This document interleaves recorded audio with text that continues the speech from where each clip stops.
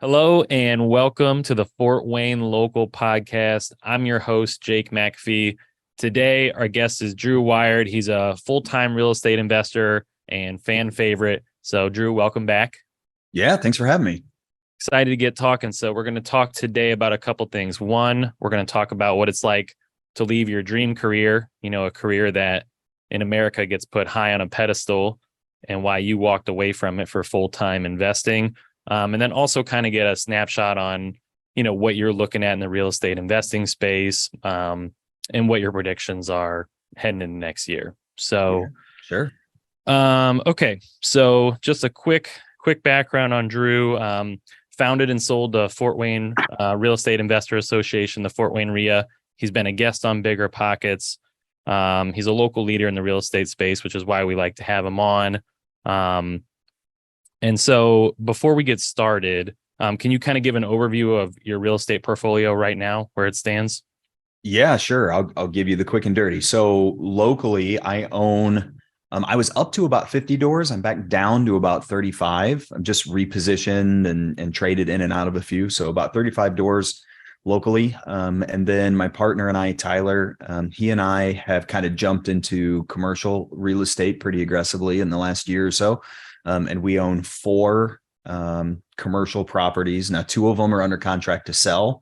But moving forward on that front, I still do apartment syndications in Phoenix for people who want to invest in those sort of projects. And then it's not necessarily real estate specific, but my partner and I, Tyler, again, have begun the process of acquiring and operating businesses. So that's been kind of the latest and greatest adventure. Awesome. I want to dig in on that, especially the business piece. I've seen some of your posts. I was curious. So, okay. So you, how long has it been since you left your career? Was it like 6 months, 8 months, something No, like it's that? actually been just over a year. Or a The year year? went really quick. Yeah, it was June of last year, and here we are in July of 2023. So a little over a year. Okay. So you were a market clinical pharmacy director for Lutheran Hospital. What did that mean? What kind of role is that in the hospital? Yeah, basically, in the world of pharmacy, there are kind of two branches. There's one side that focuses on getting drugs out to patients, safety, so logistics and technology and computer systems and all that. The other side is clinical, so hanging out with the doctors, prescribing, side effects, all that kind of stuff. And so we had, I think, 7 hospitals in that hospital network. And so I had clinical responsibilities across all of those hospitals. Okay. And so, I feel like medicine is like on probably the top of the totem pole in American mindset, especially people that are our parents' age. I've got a lot of friends that are doctors. I know they enjoy it. They do a good job. So like, why would you want to leave the stability and what I assume was probably a pretty healthy income behind to go into the world of real estate investing that can be so volatile and so stressful? Yeah, well, that's a great question. I mean, you talk about stressful and volatile. I would tell you that healthcare at large is stressful and volatile, especially coming off the heels of COVID and all of that. But for me specifically, pharmacy is a fantastic job. Practicing medicine at that level and being kind of in the hospital leadership side. If you want a job, it's a great job, and they treated me very, very well. They did pay me handsomely. Probably just enough to make sure that I gave up on my dreams for for a long time. But people talk about golden handcuffs, and that's very much what I had for a long time. So I started investing really just to have a security blanket. I never thought it would set me free or try to leave the job with it. But it scaled, and it grew and grew and grew. And so for me, it's not that I lost the love of healthcare because I didn't enjoy healthcare. It became more about, when I go to my job for someone else, I'm trading time for money. They're going to give me X amount of dollars for the amount of time that I put in there, even if I'm salaried, right? I'm trading 40 hours a week or a year's worth of work, whatever, for that salary. But every single time I bought a rental property or I flipped a house or every little investment that I created was something where I put energy in, and it's going to pay me forever. Maybe not a flip per se, but like rental properties and other investments. And so when I'm cranking widgets for myself, I get to keep them, and those widgets just keep paying me. When I'm cranking them for other people, there's literally no end to it, you know? And so I came to the realization that if you don't learn how to make money while you sleep, then you'll work until the day that you die. And once that kind of trigger flipped, then the entrepreneurial side of me just kind of came out, and I was a worthless employee at that point because I knew I was never going to give them my best, despite my efforts to try to do so. Okay. And so that's some really deep stuff. So putting yourself, or I guess what I'm trying to relate to is like, there's probably other people who are in similar shoes, maybe not the same position, but they want to go after their passion. They want to go after entrepreneurship, but they've got this steady income. So I kind of want to walk people through like what your mindset was like when did it become a thought of, I think I could actually do this full time instead of just on the side? When did that kind of start playing out? Yeah, that's a great question. I would tell you maybe in 2019, 2020, that's where I started to get that itch of, man, I don't enjoy going to work and doing what my boss tells me to do. I want to go do the things that I want to do. And so I spent most of 2019 being really dissatisfied, really upset.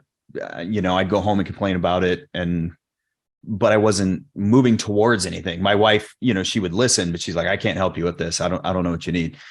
So eventually, again, real estate just kept growing and growing. It got big enough to where if I lost that job, maybe I could survive on it. And so in 2020, these were in the throes of COVID and all of that, I kind of made up my mind that at some point in the future, I'm walking away from this. I don't know when, but get a little bit later, maybe late 2020, early 21, I decided that I have to find a way out because I'm starting to lose my mind. I've got to find my way out. So I joined a couple masterminds. I hired a mindset coach because I knew that I'd have to make the very, very big shift from W-2 employee with a paycheck every 2 weeks to kind of the feast or famine of creating your own future. Right. So that's a windy answer to say probably about 2021. I set my dates for my 2022 exit and made it happen. Okay. So what was your game plan? Like, what did you need to see happen for you to feel comfortable pulling the trigger? Like, did you have like a certain number of doors? I'm assuming you're obviously very regimented. So you probably had budgets laid out and you said, you had targets you had to hit, but what did you need to see for you to pull the trigger on it? Yeah. So basically it was really all about dollars and cents, and not that everything's about money, but to make that transition, I had to figure out where the money's going to come from. So I really had to compare what my annual salary was to how much passive income I was paying myself or would pay myself when the time came.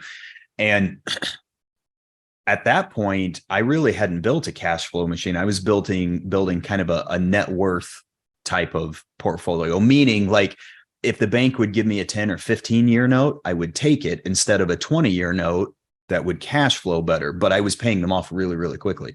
Mm-hmm. So I had to start working through, how do I generate more passive income, either with the stuff I already own or by buying more stuff. And we tweaked a lot of that, but it was kind of a race to increase that passive income to the point where I felt safe enough to step away. Okay. And what concerns did you have as the change was approaching? Was there anything that you were specifically worried about?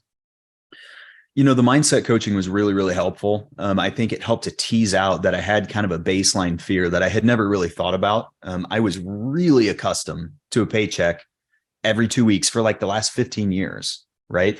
But I had some anxiety about letting that go, even though the cash windfalls that might come every 2 or 3 months would be much bigger. There's a big gap there. And so to prove my model or prove it to myself, I chose in 2021, this has been like August, September, something like that I was going to stop using any of my W-2 income. It was all going to go into a savings account. And if I need it, it's there, but I'm going to prove to myself that I can live off of what I can create with passive income and with real estate. And we did. And so for the next 8 months or so, I didn't touch it a single time. And I still to this day have not touched that bucket of money. And it's a sizable chunk just sitting in the savings account for the rainy day. But it proved to me that it could be done. Did you have any like freakouts, like last minute, like right before you're about to do it? Like, what the hell am I doing? No. You were all about it. 100%.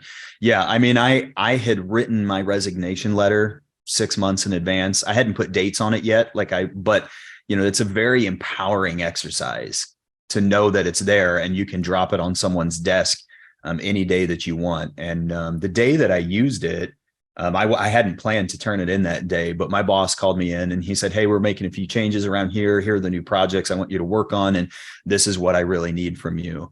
And I said, "I appreciate what you're asking for, but I can't give you that. You're asking for more and I'm not willing to give you more. So give me just a second." I ran back in my office. I threw the dates on it and handed it to him. And Oh he was man. I think he was a little shocked. Yeah. But I think it was probably a mutual win for both of us because I needed out and he needed someone that was ready to go all in. And I wasn't there anymore. Yeah. No, that's great. Okay. And then what, if you had it to do over again, is there anything that you would do differently or something you would advise someone who's been struggling with the same decision to contemplate? For me personally, if I could do anything over again, I would have tried to scale up faster on the real estate side. So, go single family and then maybe some small multifamilies, then maybe bigger apartments, or get to commercial investing sooner. But that's very Drew specific.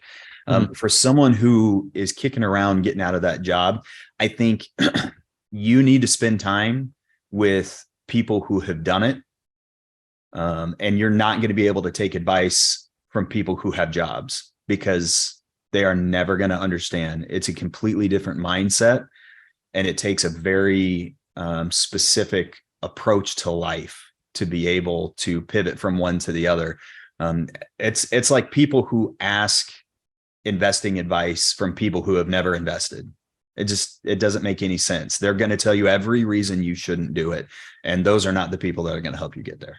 Hey, amen. That's fantastic. I've actually got a specific friend of mine who's in medicine and has some entrepreneurial opportunities on the table. So I hope he watches this. Yeah. Okay. So pivoting to investing a little bit, where are you focusing right now? Like what kind of deals are you hunting for? So all sorts of things. So I run Clear Sky Properties, which is kind of a direct to consumer marketing type of company where, we try to buy single family homes and maybe duplexes for fourplexes, things like that. So we continue to market to those. We're in Allen County, which is where Fort Wayne is, and then most of the surrounding counties as well. I have gotten far more selective with what I will offer on and what I will bring in house, just kind of because the world has kind of changed. And as I start to do more commercial real estate, I've learned that not all of the small deals are worth my time and energy because I really have to focus to get everything done. So that's on the residential side, what we're looking for. My partner and I, Tyler, on the commercial side, focus mostly on industrial real estate. So warehouses, flex space, mostly single tenant, but we're open to multi-tenant type of buildings as well. Okay. And how are you positioning yourself against inflation? Oh man, that's a great question. I mean, I would tell you that I did that 3 years ago because you should have seen the writing on the wall. We've had the lowest inflation that we've had for 40 years. And then we needed the market to slide or to hurt a little bit because it was just too hot. It was too hot forever. COVID hit and we printed an absolute ton of money, right? So it should tell you that inflation is going to be right behind it. Once you give the masses a whole lot more money, then the cost of everything's just going to go up. So for me, I refinanced most all of my debt back before interest rates went up, and I locked them in at. That's kind of when I made the pivot from the 15 years to the 20 years for better cash flow. But I locked in, 4% interest rates across most of my stuff. Now, anything I buy today, the interest rate is much, much bigger. But the ultimate hedge against inflation is to own things that are real. It doesn't even matter what asset class, but it's gold or real estate or dirt or 1,000 chickens or whatever, but things that are real. And so inflation, in my opinion, is not going away anytime sooner. It is the growth or the rate of inflation has started to slow down here in the States, but it's still going to keep going. So buy and hold things and hold tight. How are you factoring in now that you're a full-time investor and you need to actually take money out of your investment business? Are you factoring that in with longer notes, or, and you have partners, and are you comfortable sharing like how you're compensated out of, as you try to grow the portfolio, but now you have to pull money out of the business where before you really didn't have to? Yeah. I'll give it to you really straight. I mean, it's my game up until very, very recently has always been multiple streams of income, right? So when I had just a W-2, I had one massive stream of income. All the money came from one place. As you get more and more rentals, you get to 10 doors, 20 doors, 50 doors, whatever it is. Like right now across my 35, there are 35 little oil wells just dripping every day. I go to sleep and there's more oil that comes out in the next day. So on my rental portfolio, I have X amount of dollars that I pay myself every single month. And that's regardless of how it performs. It's not even half of what that entity throws off, but it's what I'm willing to pay myself out of that. The rest of the money goes into the business. If I were to flip a house today, what I do with that money is, all the profits that come, I will take 25% and set it aside for state and federal taxes. Then I will pay myself 25%, and then 25% that comes to me, I'll tithe on that and give that back to God and the church. And then, so I basically live on 25% of the profits from flips and other transactional things. And again, I alluded to some other businesses that my partner and I are buying. So as we buy these new businesses, we don't pay ourselves a ton, but just little bits, so it all just kind of stacks up into something that's really impactful. Okay. And are you still buying single family and like small multis, like 1 to 4 units? Yeah, 100%. Okay. All right. And so can you do some predictions on Fort Wayne real estate through the end of 2023 and into 24? Like, what are you predicting for our local market here? Yeah, it's a really good question. I was playing the prediction game quite a bit. We talked about it on the other episodes that I've been on, and I've almost kind of given up on it. Not because I've been proven wrong.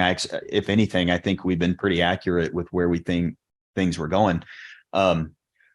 But the reason I'm hesitant is because all the fundamentals are squirrely.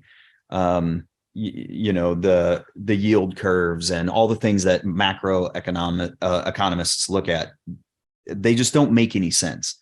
I guess Fort Wayne still feels very, very strong. It's slower than it was. I imagine you see that as well. Mm-hmm. On the things that I'm selling, I'm not having to come down on price much at all, but it just takes a little bit longer. So I think interest rates will probably bump up 1 or 2 more times through the end of the year based on what the Fed and all the analysts are telling us, which I don't think will speed up the sale of houses. And, of course, the fall and the winter is always or generally is a little bit slower. But I think Fort Wayne as a market compared to other markets will remain very, very strong. Okay. That's pretty much what I'm seeing. And yeah, we have, especially lately, really within the last month, I'm very curious to see the numbers because prices have gone up every month, year over year. And we haven't seen June's numbers yet, but I know there's more price reductions. They've been up. And I've had some properties that I thought were going to move pretty quick and have sat a little bit. So, there's definitely more options for buyers. I know we still had, I think I want to say 1.3 months of inventory in May, and 6 months is balanced. So we're still in a seller's market. I'm starting to see some private chatter in Facebook groups that are getting a little dramatic. I don't think it's to panic time yet just because it's softened. But who knows? Maybe this is the end of, that good run, but we'll see. But definitely seeing it slow down. And I would say at least prices are going to hold if I had to make a prediction through the end of this year and into next year. But like you said, there's so many variables. It's really tough to make a good prediction. Yeah, well, and Fort Wayne was historically one of the cheapest places to live forever, and it's still very, very affordable. but we're just catching up. Like some of the crazy pricing and things that we think are crazy because we're from here, Mm. like we're still cheaper than a lot of places. And so I don't think prices will ever slide. Even if the economies and markets really take a hit, I don't think we're ever going back to cheaper prices. And I don't think, even if you get some rate relief in 2024, I don't think it's going to be significant. It'll never be what it was with the 3% and 4% and things like that. So the land of milk and honey is over, is what we're saying. Depends on how you look at it. I mean, we're headed back to a reality that looks very normal and is very healthy. You know, when Yeah. you look at like the ZERP environments or zero interest rate type things that we've had for years and years, like that, there's a lot of danger that comes with that. And so, yes, it's really nice to get a low rate on your mortgage. And I'm glad I locked my 30-year fixed in, but it shouldn't stop people from buying houses as we move forward. If your rate is 7.5, that's historically, that's a very healthy rate.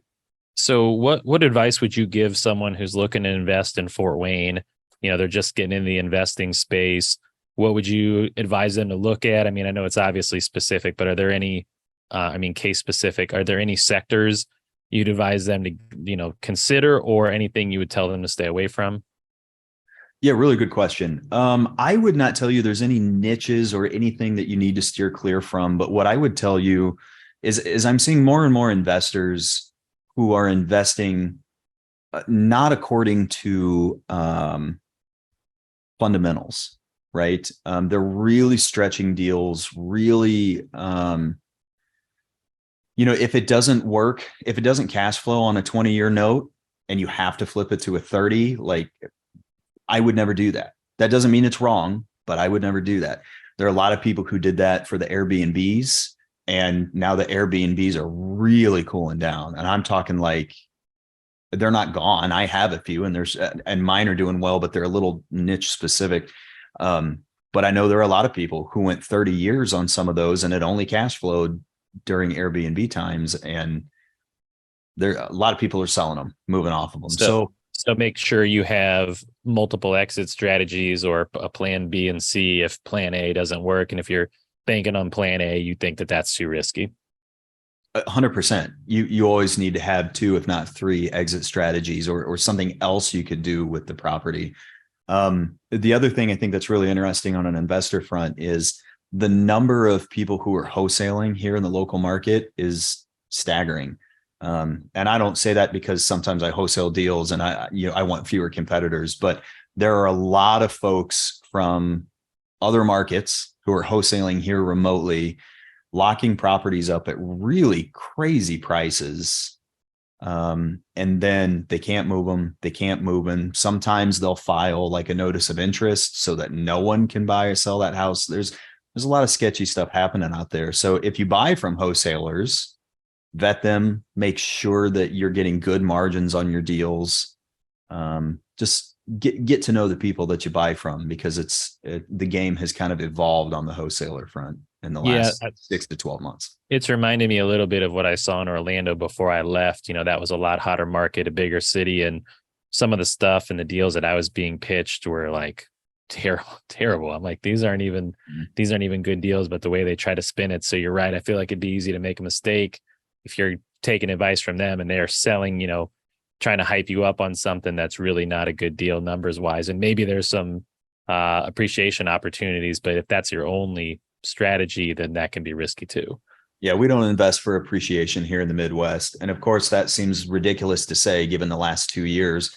But appreciation should always be the icing on the cake. The fundamentals underneath need to work. And then if you get the appreciation, then that's a great bonus. Yeah, and I think that's something quick to touch on. I was just talking with Michael on my team the other day where, anyone who bought anything in the last couple of years looks wise because, everything has just gone up in value. But I think if the interest rates stay up and things start to kind of normalize, stabilize, I think you got to remember the fundamentals of like what makes a property, stable, like what school district is it in the path of progress? Like what's going on around it? Like what are the local economics of even that side of town?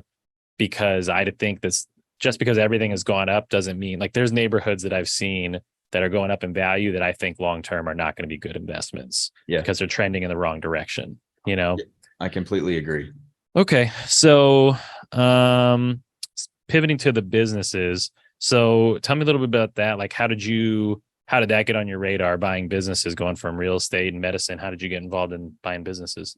Sure. Well, so about a year ago, about the time I was getting ready to quit, my partner had quit from his job a couple months before and had always really wanted to own businesses, and jumped into the study of it pretty intently. And so he and I talked. We both studied some. He would bring deals to me, and we start to analyze. But we found a couple that made sense. Started making offers, and one of them hit in Detroit, and it just involves some manufacturing up there, somewhat related to the auto industry. But we wound up acquiring that in September of 22, and that has been fantastic. There are a couple of other really exciting projects going on up there that I can't speak to yet because we're still under NDA and all that sort of stuff. But that business is going very, very well.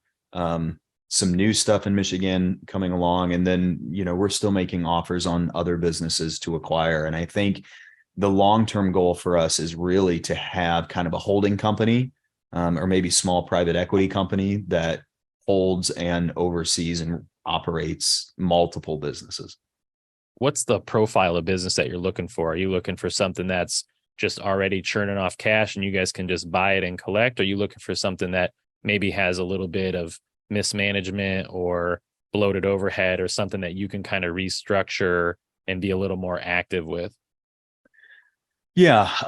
We're not yet looking for full turnaround operations, ones that are struggling badly. We're looking for those companies who have solid cash flows in place and a strong track record. And then in addition to that, we like to look then at our skill set and see how can we augment that? How can we grow it? So for example, I'll make up a hypothetical business. Say that there's a company where everything they do is still on paper. Maybe they have a website, maybe they don't. There's no social media presence, but they have a great product. They manufacture a great product.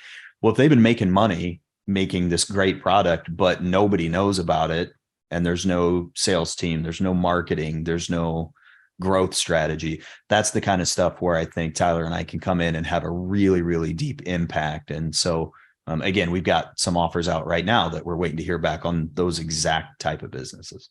Okay. And why would someone like that sell? Like if it's making money, why would someone sell their business? There's a lot of reasons. One of the major reasons right now, though, is most small businesses, I don't know that most, there are, I don't know what the number is, millions, hundreds of thousands of businesses that are owned by baby boomers. And so, for example, one that we're offering on right now, the owner is about 70 and it's just time.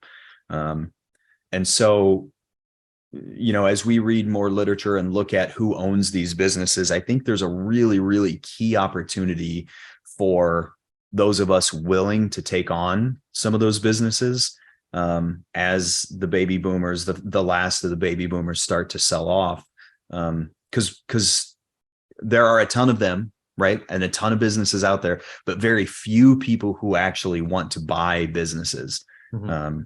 And so I think it's a once in a lifetime kind of generational opportunity for people our age, or, younger than baby boomers, to jump into these opportunities. And, you don't necessarily want to go buy more than you can handle, but there are plenty. Okay. And did this come about because real estate was getting so competitive? And like we just mentioned, it's kind of hard to make predictions. And because there's so much out of state interest and stuff like that, that deals are harder to come by. And so you needed to pivot into something else where maybe there's less competition and it's a little more nuanced. Or was this like a passion thing where I love business, I know it, I'm going to invest in what I know? Yeah, I would tell you it didn't have anything to do with increased competition locally or being scared of real estate. I think when it comes to buy and hold real estate, it's powerful in a lot of different ways, but it's a get rich slow kind of scheme, right? So the idea for us is with buying businesses, growing, scaling, creating those sort of cash flows, those can spool up massively and very, very quickly if done well. And so I think on the right hand, we intend to own businesses that we can grow and throw off rapid cash flow and can get us to where we want to be kind of net worth wise. But then we'll take those cash flows and put them in the left hand, which is buy and hold real estate, mostly commercial, and hide them there. So you get kind of the magic of big growth, even though it gets taxed a lot on the business side, but heavy cash flows, big growth, maybe big sales of the businesses after you grow them, and then hide that income in tax advantaged buy and hold real estate. Okay. And what is your role in the new businesses? Like what's your day-to-day look like, or how much time are you putting into these? Yeah, that's a good question. So all of our criteria centers around, not all of our, some of our criteria centers around having a COO in place or a VP of operations or someone who's running that business. We want to be able to visit that business, but we're not going to be on site running it day to day. That's somebody else's job. So we lead remotely, virtually, and we'll visit once a month, that sort of stuff. So my partner, Tyler, he's a genius when it comes to underwriting and finance and equipment and that sort of thing. I tend to be better with the HR, policies, hiring, firing, and then we collaborate on the finances and the budgeting and things like that. So those are our roles kind of as we see them now, but there's always an operations type of leader on site. Okay. Did you put that person in place, or were they already there when you bought it? The operations person in that business, that person was there. They were brought in to do that, but the previous owner had really not empowered them to be the guy to do that job. So half the staff were coming to him, half were still coming to the owner. And that was the first thing we did, is we gave him a new job title, elevated him to that role, and made it very clear that you guys are all welcome to come to us anytime that you need. But the first question I'm going to ask is, what did the COO say about it? Right? Because you need to take all of this to him first. And he's really thrived with that. He's doing very, very well. How did it, I guess you only have one example, but did you have any pushback or skepticism from the existing employees with like new people coming in, or was it kind of a welcome change? It was probably a mixed bag. I don't know that I heard a lot of it, if there was much dissension. We did lose two highly skilled individuals. One of them was very close to that owner. The other one just took another opportunity. But with all of the things that we've come in and done, like we started a bonus program that based on safety and production and efficiency. If you hit your numbers every single month, everyone in the whole company gets a bonus. If you don't hit your numbers, then no one does, right? It's a team effort. But there are things like that. We've kind of revamped the break room. We've bought some new equipment. So we're investing pretty heavily in the staff, and that seems to have been a very welcome sort of change. That's awesome. And are you looking to maybe sell these businesses to turn around and sell them, or is the plan to buy and hold for a while? Yep, that's a great question. I think we're always going to be open to whatever comes down the pike, but we buy with the intention to hold for 10 years and reassess at that point. Now, if it blows up and private equity firm comes along and says, "Hey, we're going to give you just a silly offer," then of course we're going to entertain that. But we want to own cash flowing businesses probably indefinitely. Okay. And is there a goal? Are you trying to acquire a certain number every year, or what does that look like?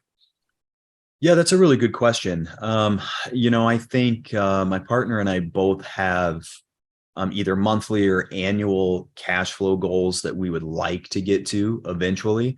There's not a number of businesses that we necessarily want to hit, because I think with some of these, we will grow them. I think our focus is probably to lock down 3 to 5 businesses within the next calendar year and see how that feels to be kind of a holding company that holds businesses, and we'll reassess from there. Versus just like scaling for the sake of scaling. It's like kind of intentional growth. And then it's kind of, I don't know if you're an Alex Hormozy guy, but he's talked about, growing a business to its maximum potential versus just trying to start new things all the time. He's like, you actually leave a lot of opportunity on the table by not maximizing the business you're in. Yeah. No, I guess I'd be inclined to agree with that. Okay. Awesome. Well, Drew, this has been fantastic. Where can people connect with you if they want to see more of your content? Where would you direct them to go? Yeah, honestly, the easiest way to get a hold of me is probably you'll find me on Instagram at The Flying Investor, or you can find me just by my name on Facebook. Those are probably the best ways to chase me down. That's great. Well, I had a lot of fun today. If you made it this far in the interview, please subscribe. You can either go to Jake and Fort Wayne on YouTube, or you can go to iTunes, Spotify, Apple Podcasts, and download the Fort Wayne Local Podcast. So, Drew, thanks again. And guys, we'll catch you on the next one.